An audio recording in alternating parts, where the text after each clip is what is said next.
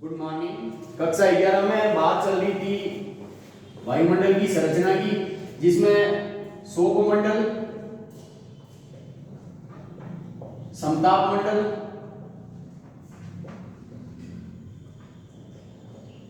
के बारे में बात करी थी। आज इसके आगे जो तीन मंडल है, उन तीन मंडलों में मध्य मंडल,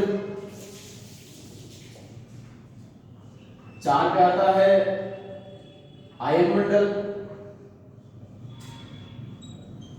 और सबसे ऊपरी जो परत होती है वायुमंडल की, उसको बाह्य मंडल के नाम से जाना जाता है, बाह्य मंडल। अब इनके जो इंग्लिश मीनिंग है उसमें इसको तो कहा जाता है ट्रोपोस्फियर,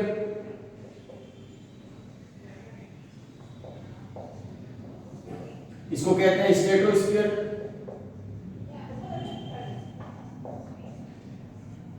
मेसोस्फियर, आयनोस्फियर और एक्सोस्फियर।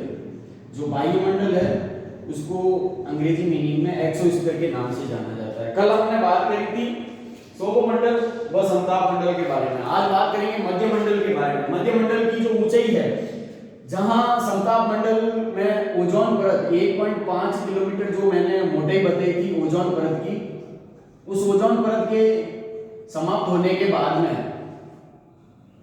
मध्य मंडल शुरू हो जाता है। इसकी जो ऊंचाई थी सौरमंडल की ऊंचाई बताई थी मैंने 13 किलोमीटर, 13 से 18 किलोमीटर। अब ये 13 और 18 क्यों लिखा, ये आपको बता दिया मैंने कि ध्रुवों पर इसकी मोटाई कम होती है और जो भूमध्य रेखीय भाग है वहां इसकी मोटाई अधिक होती है। उसके बाद में 18 से लेकर 50 किलोमीटर के मध्य समताप मंडल की मोटाई बताई थी। उसके बाद में मध्य मंडल है वह 50 किलोमीटर से 80 किलोमीटर के मध्य पाया जाता है। यहां तापमान फिर से गिरने लगता है, फिर से गिरने लगता है।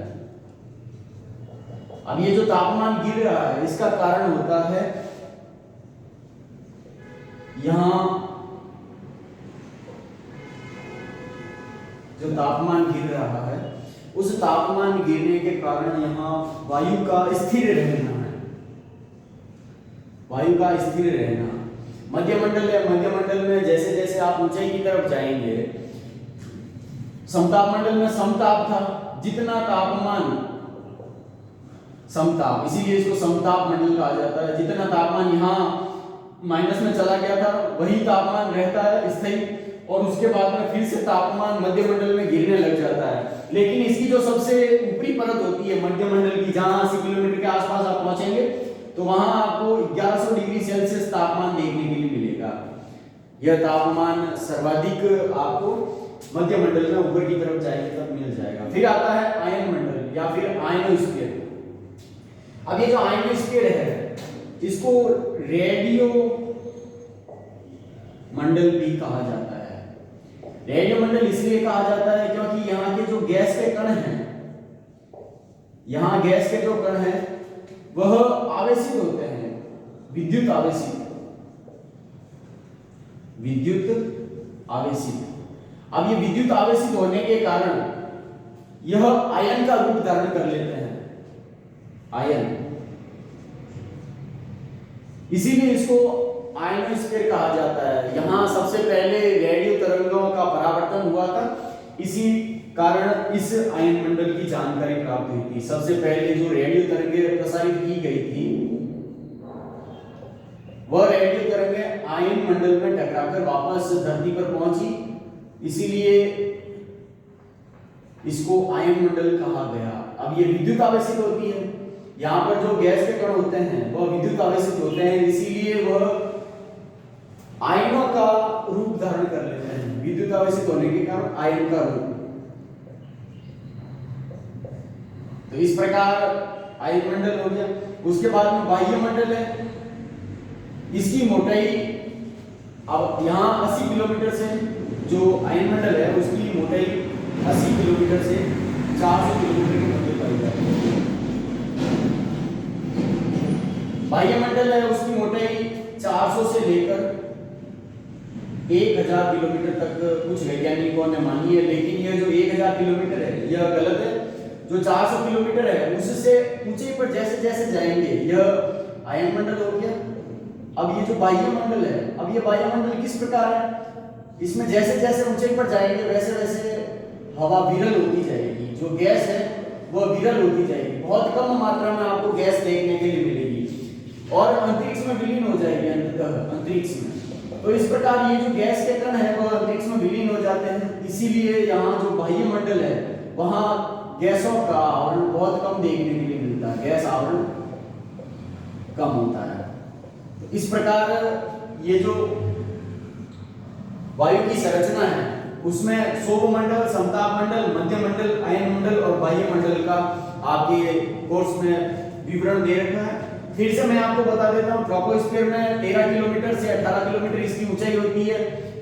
जो वायुमंडल है उसका 75% भार, लगभग 75% जो भार है वह सौरमंडल में ही गिना जाता है। अब ये सौरमंडल में क्यों गिना जाता है, क्योंकि यहाँ पर ही मौसम संबंधी घटनाएं होती है, मौसम संबंधी सारी घटनाएं आपको सौरमंडल में देखने के लिए मिलेगी, क्योंकि यहाँ गैसों का आवरण अधिक पाया जाता है, जिसमें नाइट्रोजन है, ऑक्सीजन है, ये गैसें यहाँ सर्वाधिक देखने के लिए मिलेगी।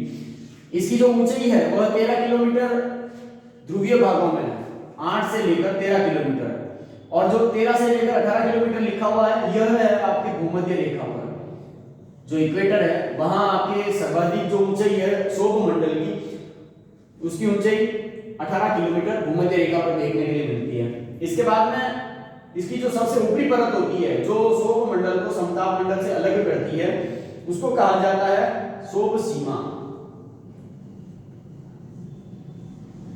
ये जो सौर सीमा है इसी में आपको जेट स्ट्रीम देखने के लिए मिलेंगे।